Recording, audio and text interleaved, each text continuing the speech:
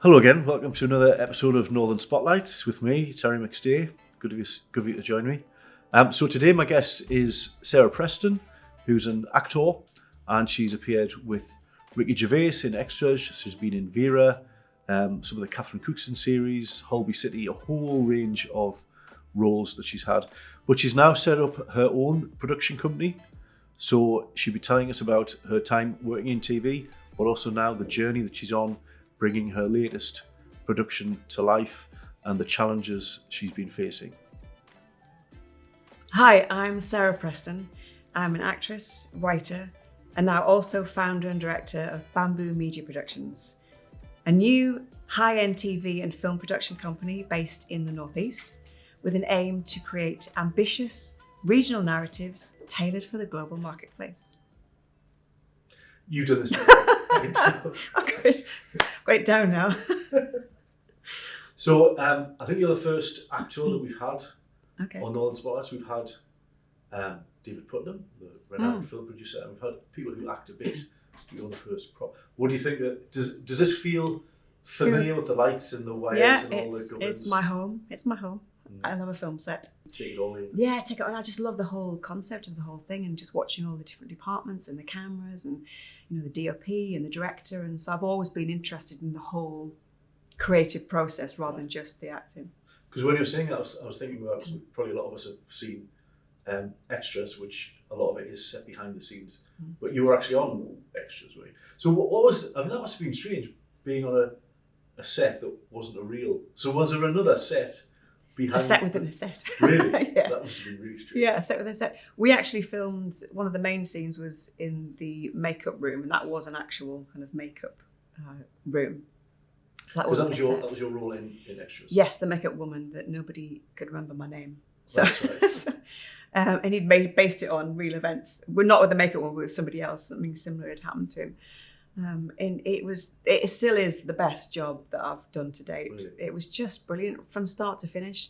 And I think just being on the set with somebody, and him and Stephen Merchant obviously together, they're creating something from scratch, birthing it and having creative control over it. It makes such a difference because people were improvising. I was so starstruck working with him though. I did about one line of line of improvising. Thank you. So I can't even do it now. And everybody was just riffing and making jokes and stuff, and I was totally in awe of everybody doing that.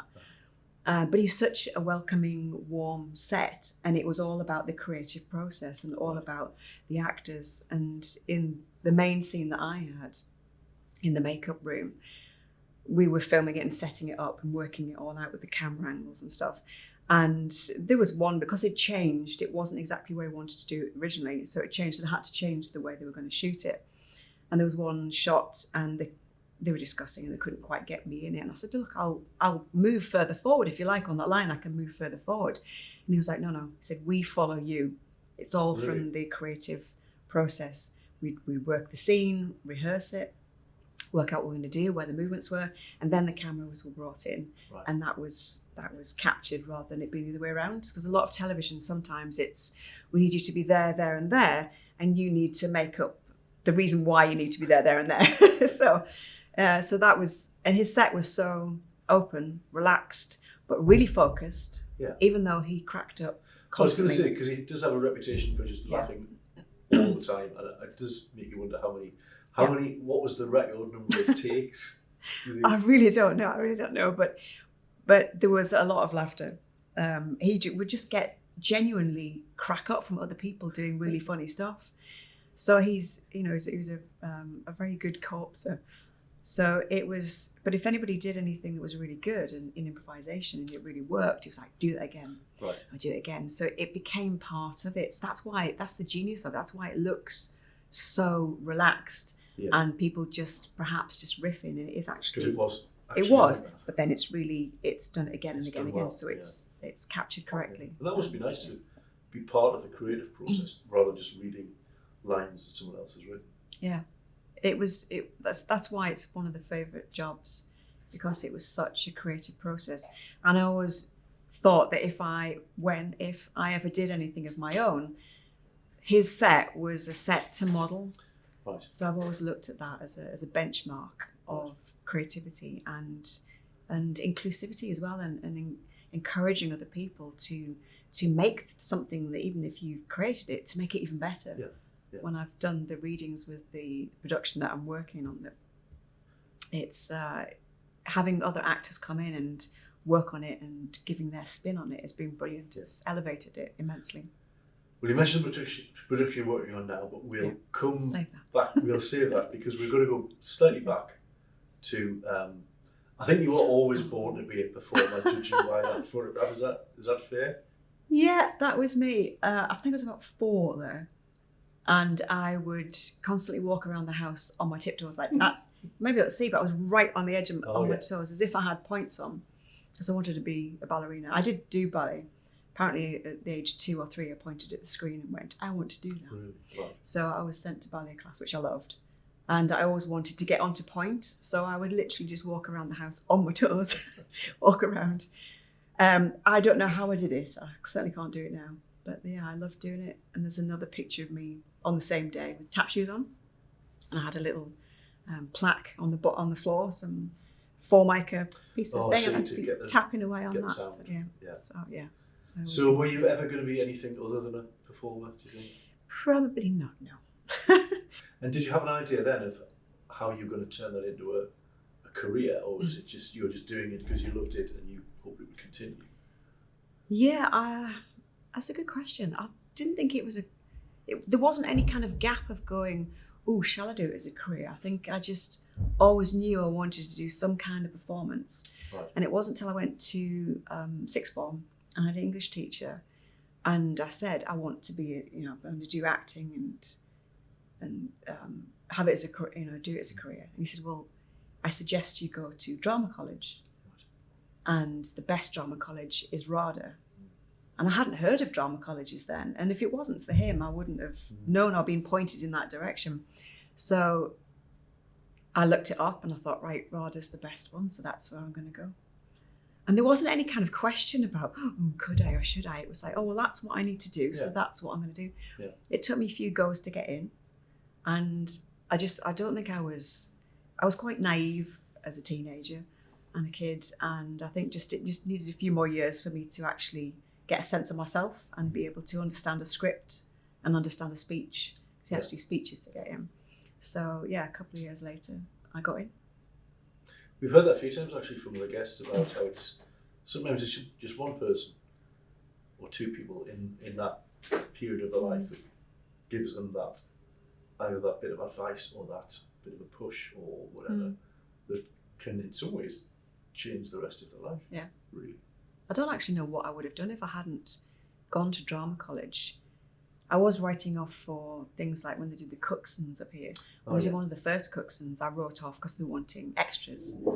And actually, when I did the first one of my first jobs was a Cookson, was the Glass Virgin, and the producer remembered me from writing off to be an extra in something else. Right. Obviously, when I was a lot younger, a couple of years before I went to college. Because they were probably one of the first big productions that was set up here, weren't they? And there was a lot of film as well. Yeah, it was massive, and it was big budget. It was really, really well done, really good. That was a good job. That was really fun, and being the first job. So was that your first?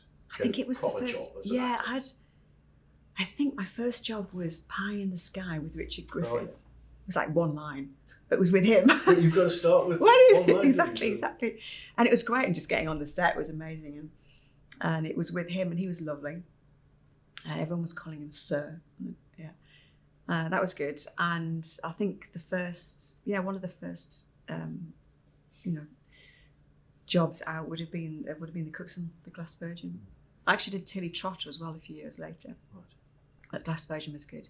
I remember walking onto set, being driven, and it was a night shoot, the very first, which I think that's why I really like night shoots now. I think there's something quite magical about night shoots because the air's usually quite still. And everyone's like concentrated and they've got all the lights and it's just very focused. And it was a scene coming in a carriage and everybody was coming out of the house to greet each other and stuff. And it was just magical. I remember getting on set and looking at the big spotlight that they had there for as if it was the moonlight and thinking, I've done it. I've got to say, I've done it. I've made it onto a movie set. No, it was really cool. But I guess you went from, because when you're putting on plays yourself at college and things, you've got control over quite a lot of things, haven't you? Whereas on something like that, you're just quite a small cog in a big machine, aren't you? Yeah, I do like control. It's probably what I'm doing now. Yeah, but again, you're just in amongst that collaborative process, and you are part of a cog, but everybody's individual jobs are important, and without one, it all kind of collapses. So, yeah, I do like the collaborative process. Art's not much fun on your own. So I do enjoy that. Obviously, when it works. When it doesn't, that's a different story. That's a little bit frustrating. When you can see that perhaps, or certainly in one's opinion, you can see that something, if it was done slightly different, it might make it a little bit better. But then that's just kind of part of the process and kind of learning process. You go, when I do something, I perhaps won't do that next time. Yeah. So take us through some of the things you've been in and which you enjoyed and which maybe you didn't quite so much. Just in case anyone out there hasn't seen you in everything you've ever been in. Okay, so the other kind of biggest thing was probably Holby City. Okay. I was a regular in that for a couple of years. That was great. That was a really good learning curve because it was really fast paced. Yeah. And we did I think it took 10 days to do one episode of 1 hour, which sounds a lot, which is over 10 days, but obviously you don't work the weekends.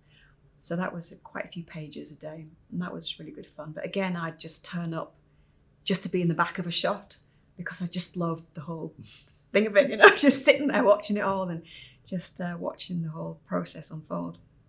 That was great. I learned a lot on that. That was really good. And it was something it allowed me to get better and better as I got on. I watched the first episode and I'm like, oh God, it's a little bit, you can see how tentative I was in it. And an ongoing series does allow you to get into the groove and get into the character, and after a while you get to know the character and you get to know what they say and how they'd say it, and so yeah, that was really good. Because I guess even though RADA is up there with the top drama schools, it can only teach you so much, I guess, can't it? It's I suppose, as someone who knows nothing about these things, I guess it's almost learning on the job when you're on a set or in a series. You're just learning more as you go along. Is that? Yeah, absolutely. Because even at RADA, it was focused on theatre, especially when I went. It was just coming into bringing in TV, right. And we had a TV class, but it was more about kind of like script and how to interpret the script rather than camera technique per se. So I've always liked, I like both. I like the intensity of being on stage. And it's something about it, that atmosphere, and it's that whole focus, and you can't stop and you can't go, sorry, can I do a retake? There's none of that. So it's a different kind of discipline. And having instant feedback from the audience. Yes, absolutely. But I think I get that on set as well. If you're lucky to be in a scene of where everybody's kind of concentrating and watching, and it's and doing their own thing and doing their own job as well. If you can feel the atmosphere, it's tangible, that you're on it and you're in flow and you're kind of working with the other actor, and there's this kind of back and forth, and it's all really easy, and you can feel that atmosphere as well. Obviously, people can't laugh and stuff like that if it's a comedy, which you would get in a theatre. Yeah. So they're two very different disciplines, and I think the best advice I got for that was from a teacher at RADA, Joe Blatchley, and he said, if you imagine theatre as, in terms of your process, as a tin of chopped tomatoes, and then on camera, it's tomato paste. Everything's the same. It's just squashed down and concentrated. Right. So when you're on stage, you've got to, to the back of the audience, you've got to project, and everything's a little bit out, which if it was a small theatre, it was fine. I didn't really like the Pros Arch theatres and the proscenium arch theatres where it was a lot bigger, because I always felt a little bit false. Didn't feel truthful. So for me, working on camera where you can just be really kind of quite natural and bring it in, and it's all about the look, and you can convey something hopefully with just a flick of your eyes. Yeah, I like that aspect. I like the truth. That feels more truthful to me. But yeah, it's definitely a different discipline. Yeah. So that was Holby City. So was that filmed in the Bristol area? Or am I No, thinking we were casually? in Elstree, Right. same set as EastEnders, Okay. which I also did.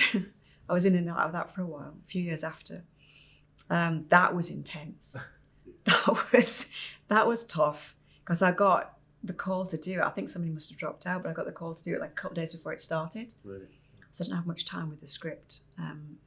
That's one of my lesser strengths is script learning. So I need time to kind of absorb scripts. So I was kind of thrown in the deep end, but it was great because I was in Albert Square and it was in the middle of the market, you know. So that was pretty cool, but it was very tough. And it's multi-camera as well. Right. And they cut it and edit it as it's being filmed. Really. So you see the cameras, and they all have little lights on. So you might have one over there, and there's a little red light that'll come on, meaning that. So it's almost like that's a on. live TV studio. Yeah, it is. It's cut live. So you're kind of doing your stuff, but you've also got to be mindful out of the periphery view.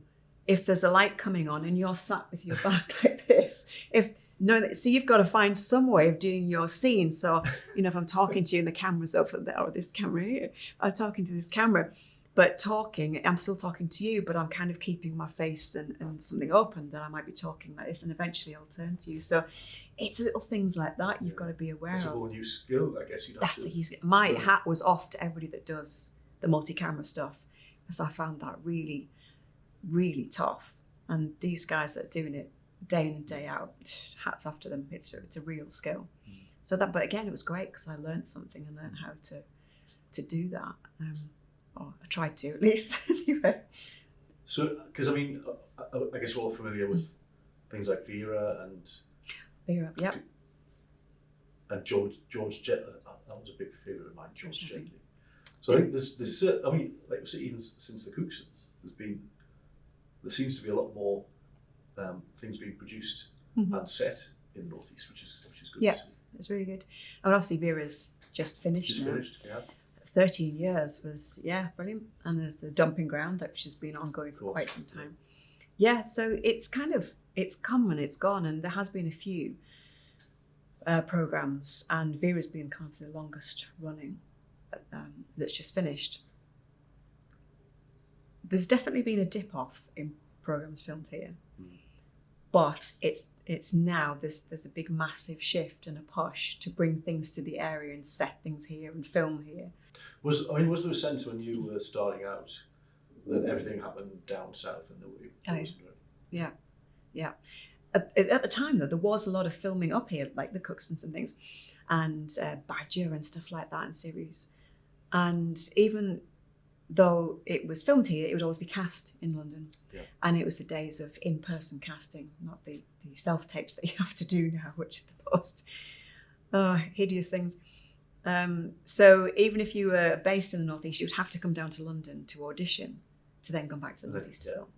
But it was very London-centric. All the drama colleges that were good at the time and were based in London. And all the casting was pretty much done in London. Now there's been a spread out, and I think since lockdown, people have migrated out of London a little bit more. They've gone back to the regions. Casting happens a little bit more in the regions, and filming is happening a lot more in the regions, which is great. I think the majority of my time has actually been spent working on the stuff that I'm doing now, which is my own stuff, and writing and getting the company up and running. So I kind of took a little bit of a step back from the acting. Okay. I'm still doing things, but not as much as I was, purely because it's just needed so much of my time and focus to do all this. Well, that seems like a good time to stop for a cup of tea and biscuit, and then you can bring us up to date with what you're doing now. Okay. Always good for a cup of tea. Good.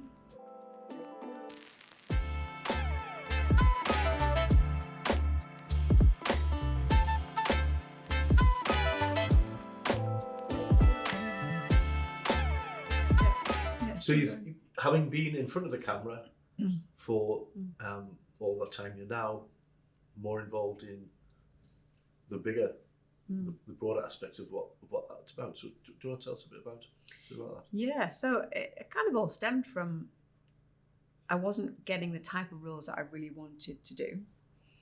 And I thought, well, I like writing. I've always written things. I've always, written sketches and shows right from, as we were talking about, right from being young and through college. So I thought I'll give it a go, try and write something. My kind of avenue is television. I've watched a lot of television as a kid, so that's kind of where my niche is. So I thought I'm going to write a TV series. And at the time I was working with a friend on his TV series he was writing for similar kind of reasons. We were doing lots of readings and was working on that, and kind of I cut my teeth on working with him. And I wrote an episode for that. It's actually one of the shows that we've resurrected and is now on the slate for the company as well, which is really good. And I just started writing, and I had 2 scenes in my head that were totally unrelated, and I just put them down, and it's been 10 years since I did that. Really? Obviously I haven't worked on it full time since then. It's been a couple of weeks here, a couple of months there over the years, and it wasn't until in lockdown I had some concentrated time to work on it. And I'd been working on it more and more, and I just sat every day, all day for months, writing it and working on it and researching it and reading. And at the time I was reading about quantum mechanics because I liked, as you do, I was interested in the philosophical meanings of, possible meanings of what the new science was kind of showing. So I was reading all that side. So it just became this project that I didn't really know what it was going to be, and it's turned out to be this psychological thriller. It's infused with sci-fi and action. This is a big story. So that was the project I was working on, and as I was working on it, and I always wanted to have my own production company, but I never thought I could. Who am I to have a production company? And didn't really know what was involved in it. So it was the last couple of years that I thought, right, now this show is kind of getting ready, and I kind of know what I want to do with it, and I definitely want to make it myself. Yeah. I don't just want to sell it off to somebody. Yeah. Having put so much into it, you'd have to do it yourself. And it's more about the process as well. It's not like it's mine, I want to keep control over it. I just love the process of creating something and then developing it with other people, making it really good, and then showing it to people, and as a piece of art. So I see it very much as that it's something that's through me, not of me. And for that reason I wanted to keep control over it, or bring on board the people that I thought would be best for the project. So then I went, right, well, what do I know about making a show other than being on set? And I know how a set works, but I didn't know about the mechanics of the business side of it, the licensing and all that kind of stuff. So I thought, right, I'm just going to do as much learning as I can. So I did loads of courses and workshops and events with Creative UK. I applied for so many grants and mentorships, which really helped me hone myself and hone it down, and because it really, on those questions, they take weeks to do, but it really makes you think about what exactly you want to do and putting it down on paper and really articulating it, which was a really good process. And I eventually got one grant, which was amazing, from Innovate UK, KZN. And it was amazing. There was no matching capital. It was the whole thing. So I got a big lump for helping to get through the pitch process. So getting all the pitch documentation ready, and I was able to pay people for the first time rather than relying on people's goodwill. So that was great. So we got into the position where we got all the pitch material ready. And then off the back of that, I got help from RTC. And RTC is still helping me now on the business side of things in a mentorship capacity. So you're working with Steve Shaw? With Steve Shaw, yeah. Shout out to Steve. And he's been great at helping the business side and just being a really good sounding board and marrying the two sides, because I'm coming with all these artistic ideas and he's going, yeah, but what about the money? What about the actual details of it, the business details of it? So it's been really good. And because he doesn't really know much about, or hasn't been immersed in the creative sector so much. Well, he's probably learned as much as you have. Yeah, it's been a learning for him as well. So it's been really good that we've come from polar opposites and being able to kind of find that middle ground. And I say it's been great for me because it's pulling it all into the business side rather than just these highfalutin ideas. It's actually the details of what that process is. But still maintaining that artistic, creative element to it. And I say Creative UK, and obviously I've been chatting to North East Screen. They'll be able to help a little bit more down the line. So there's some great bodies, certainly within the Northeast and the regions, that have been helping and have been giving me so much advice and guidance. And it's just been fantastic learning, and all the mentors, working with a mentor at the moment off the back of Creative UK, Austin Atkinson. And he's been instrumental in a lot of the creativity and creative side and getting us to where we are now. So I wouldn't be where I am without all the different people around me that's helped and seen something in what I'm doing, which is amazing. And it's all focusing on helping the Northeast, because I always wanted to bring something back to the Northeast. You know, there's been some great shows that have been filmed here, but I felt there was a need for something that was also going to elevate the area and show it in a really good light. So certainly the first show is very much set here, and the area is entrenched in the whole story. And it has global appeal because it takes us to America and Switzerland as well. So it gets bigger and bigger and bigger as the season goes on, or seasons go on. So it's going to bring in that global appeal. And that's what we want to do as a company, is to focus on stories that have regional beginnings and that are trenched in areas and are about the characters, but they also tell a universal story, and that they're ambitious projects. Yeah. So one is an adventure period drama that's going to be at sea, but it's going to start in locations and have different regional stories. And the other period crime drama that we've got has regional aspect. It's also in London as well, but it's all about the characters and the world building. So they're big, massive, ambitious projects, and I want to film them all here in the Northeast. So need to get the studios up. We do.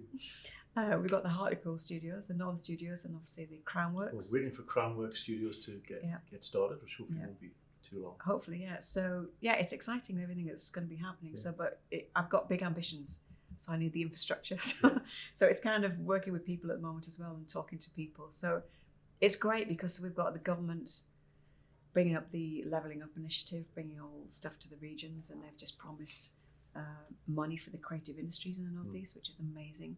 And obviously the BBC helping and putting money into it and developing programs that are here. So it's all focusing now. So there's a wave now. So it's kind of riding that wave, which is great. Yeah, it's interesting. I was as I said to David Putnam a few months ago when he was name drop.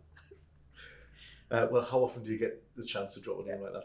But that it, in some ways, putting a production together is like starting a business that sells and makes a product. You have to have the idea.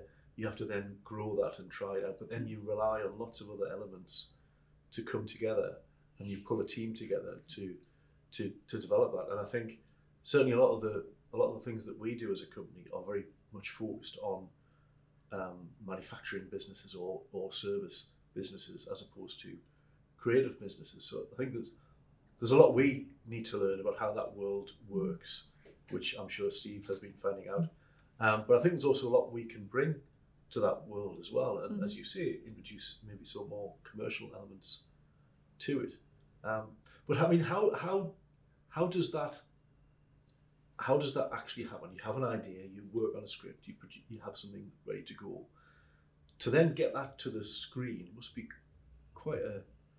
could be quite a long, drawn out process and quite not a straightforward one. And where are you in that kind of journey at the moment? Yeah, it's an awfully long process. Obviously, it can be really quick as well, but it's all about kind of finding the network and the people. Certainly for me, I can only speak from my experience, but it's finding the network of people that I really want to work with and I think would be a great fit for the project, and bringing them on board one by one. And then because the way I'm doing it is not really usual. It's kind of a little bit a different way around. So I've gone with a project that's fully formed, that I really believe in, and I've got some people, interested in it, rather than going to another production company or a network and saying, I've got an idea, can you give me some money to work on this script, and I'll do you a pitch, and I'll do you an episode 1 and a pilot, and see if you like it, and if you do, they might do it, and if they don't, that's it. So that's the more traditional way of doing things. So that's kind of the way it's been. So, but there's a lot of people doing their own stuff now, even more so than there was. So the way I'm doing it is I've got this product, like any product, and now I'm taking it to market. So I'm now in conversation with networks and a distributor and a producer. So it's having those conversations with what's going to be the best fit. Do they like it? Do they want to take it on board? So we're at that stage now. We're actually talking to people about putting it and getting the money to make it.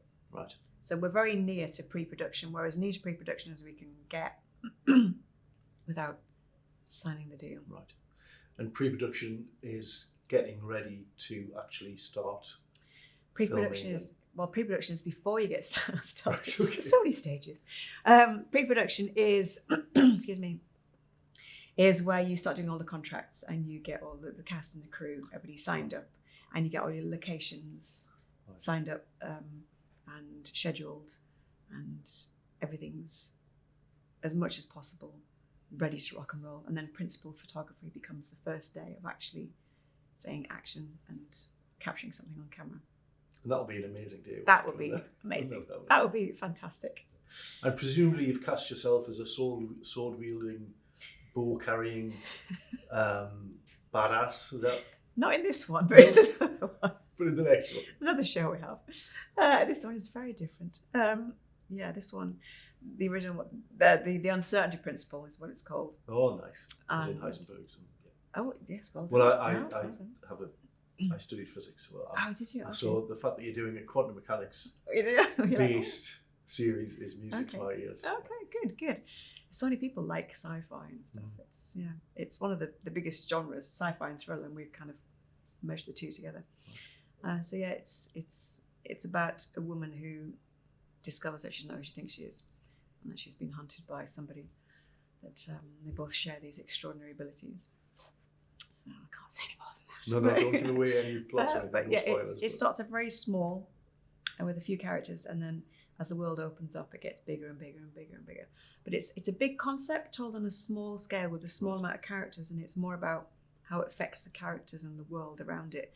And then as it goes on, you learn the bigger story to it all, and hopefully in seasons 2 and 3 you get even more of that. And then there's a big, massive denouement at the end. We like a denouement. Big denouement, I love that word. Which will involve lots of locations, shall we say.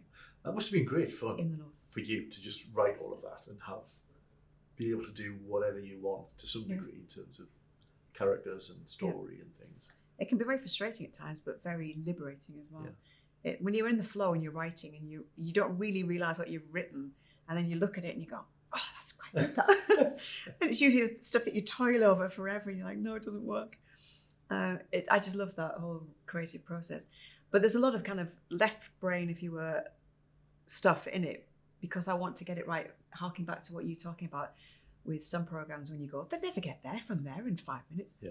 I'm very deliberate about where I've written the story and where the next scene is, and can they literally get there in that time. So everything is timed properly to the locations, because I'm not using the locations as actors.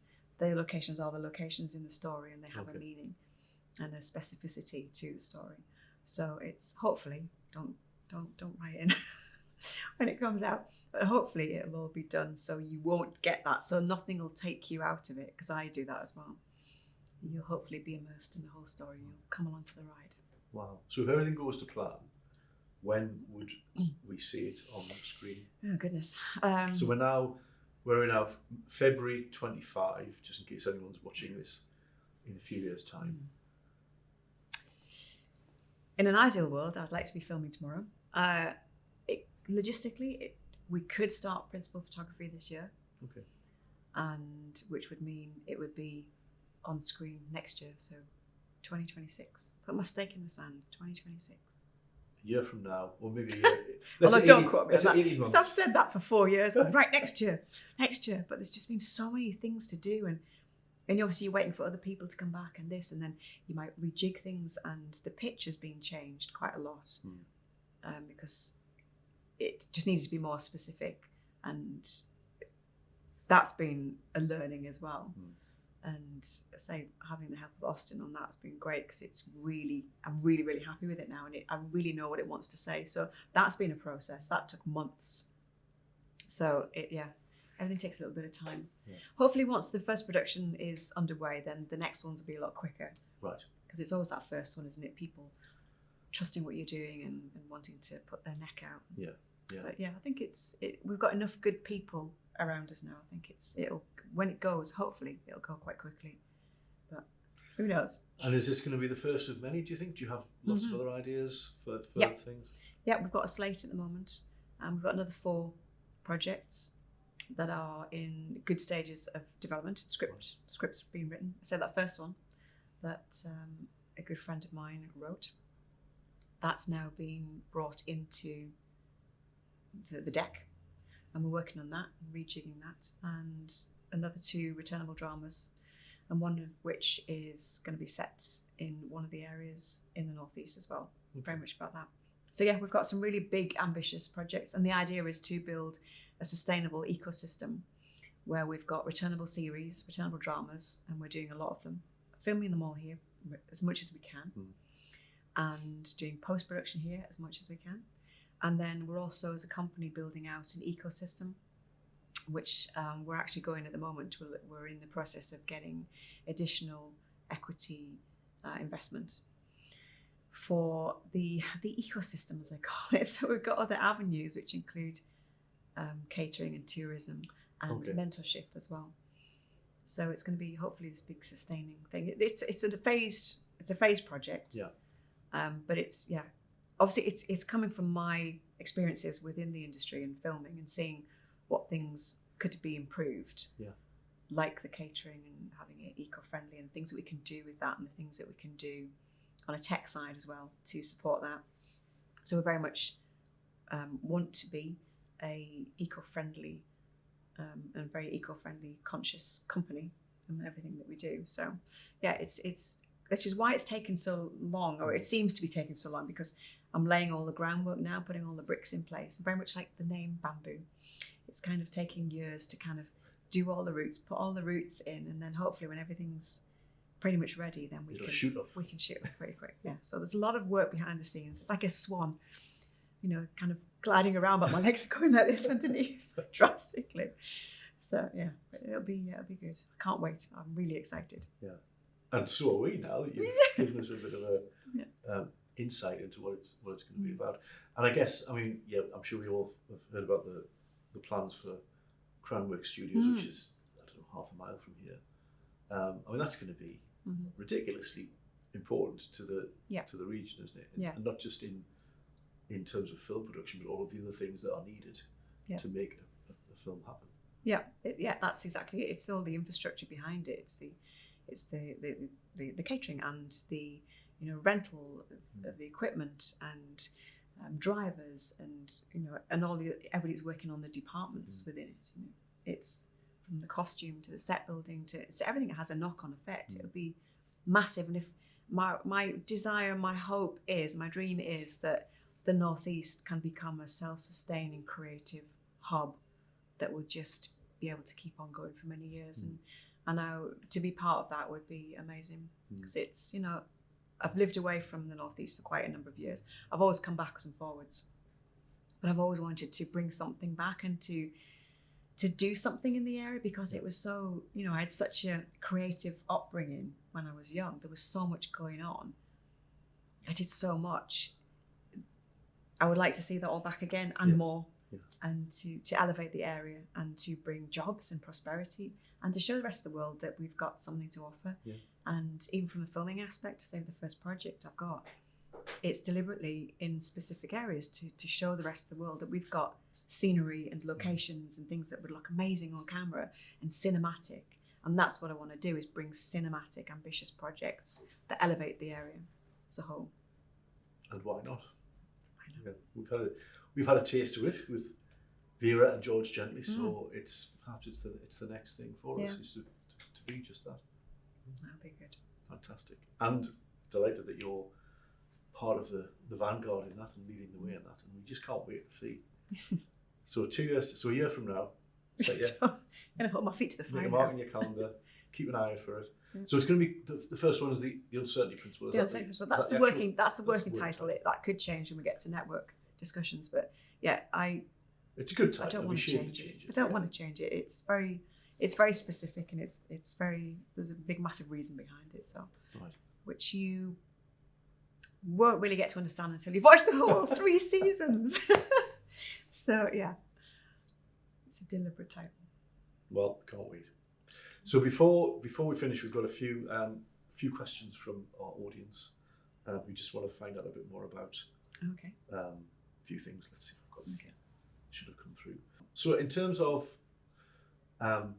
someone who is perhaps where you were, however many years ago, I'm not saying, who was just starting out, I mean, what would you tell someone who's at that stage you were at, with your dress on, singing, I really want to perform? Yeah. You know, what are the things that you've learned that you would like to pass on, would you say?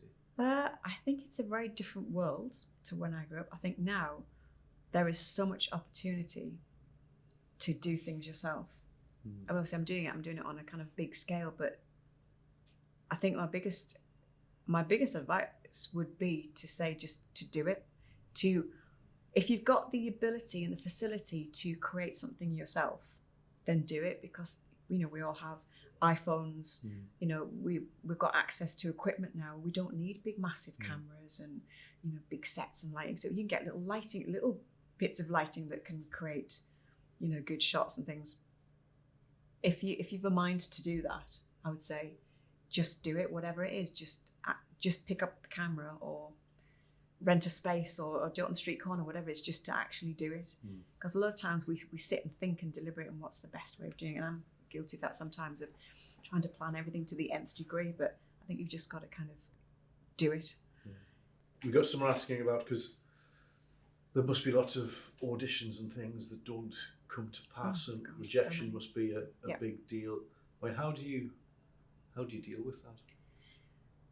Actors have very thick skins, or at least you have to develop thick skin. Yeah, there are for every one job that you get, depends how many auditions you do manage to get, but for every one job you might have 30 auditions, even more. It's a very tough, or can be quite a challenging business, which is why you've got to concentrate on your skills and keeping your mindset healthy as well. Because of that, it's very easy to put validation on the outside circumstances, and somebody saying yes or no to you, you take that because you're bearing your soul. If it's an audition, you're bearing your soul and you're showing who you are to somebody to go, nah, I don't like that. It's very, it can be very raw. Yeah. So it's learning that when you go in the audition room, you're just going to do a 2-3 minute play or your little performance, and that's all you can do. If you're lucky to get in the room where a director will say, oh, can you try that little, a different way? You get a chance to change it up and you have a chance to interact with somebody. But essentially you're giving of your work and saying, this is what I think. And that's all you can do. And generally they've made the decision like 2 seconds after you've walked in the door, because you either look the part or you don't. And then they go, oh, actually, let's see if, they're going to be what we think they are. But generally, as we do in life, we make a decision on somebody really, really quickly. So it's to remember that it's not personal, that when you walk in there, you do it, leave it on the table, walk out and forget it. And which is really difficult. It's not easy. It's not easy to forget it, especially if it's something that you really, really want. But it is finding that position where you're not attached to it. But that's come with age and experience and learning, and just doing it again and again. And And I think those two things are true for business as well, especially if you're developing something new. It's a case, just do it, just get on with it. There's lots of ways to make things happen, and then also to handle rejection, handle challenges, and to almost expect them so that they don't sort of knock you sideways, and just to pick yourself up and keep going. So just take a breath. And it sounds so cliche, isn't it, when people say it, especially when you're in the mire, you're like, oh, shut up. They go, but it's a learning experience. It's like, Sorry for you to say that. But so when you're in the middle of it, it doesn't feel like it, but it really is a learning experience. It's just, oh, that's the wrong path or the wrong avenue. Right, okay, I need to pivot, change, do something else. Whether if it's acting, okay, that role wasn't for me, so I need to concentrate on this next one or this next audition or getting better at something, getting better at keeping my eyes off the page, or better at connecting with somebody behind the camera. Or nowadays it's all self-tapes, so it's getting better at the technical side of self-tapes. But yeah, it's not always easy when you're in the mire yourself. But it's, taking a breath and starting again. And have those things helped you now that you're more in the business of production? Those things have helped you yourself? Yeah, definitely, because I think a lot of people, it is quite a unique business in the acting world. It literally is constant rejection, and it could be every single day that you're getting rejected and told no. The average person on average, quote unquote, on a typical business job, you might go out for a few auditions every few years, and if you want to change jobs, you might have a handful of interviews. So you don't get used to that. And I've come across people in the business world, and they're afraid to say no, or it might be quite and I'm like, just say it. I'm literally really. I've dealt with this all my life. Yeah, it doesn't matter. Like, tell me. I'm a bit like that anyway. It's like, I'd rather know the truth than you trying to manage me. Just tell me, because I'm, we're a thick-skinned bunch. So just tell me, and we can then move on and find the better path. It's not that I'm not taking it as a judgment. There's obviously, a better way. So tell me what that is. Well, hopefully those lessons will stand you in good stead, because we all want to see the uncertainty and those other things as well. So we're waiting with bated breath, and wish you all the very best for going forward. So Sarah, thank you for joining us. Thank you, Taryn. We'll keep an eye out. Yes, indeed. Well, thanks Sarah for that glimpse behind the scenes of a TV set, and also what goes on in bringing a production to life. Something we can't wait to see when it comes out. So don't forget to subscribe so you get to hear about when the next episode of Northern Spotlights goes live. And we look forward to seeing you there on the next episode.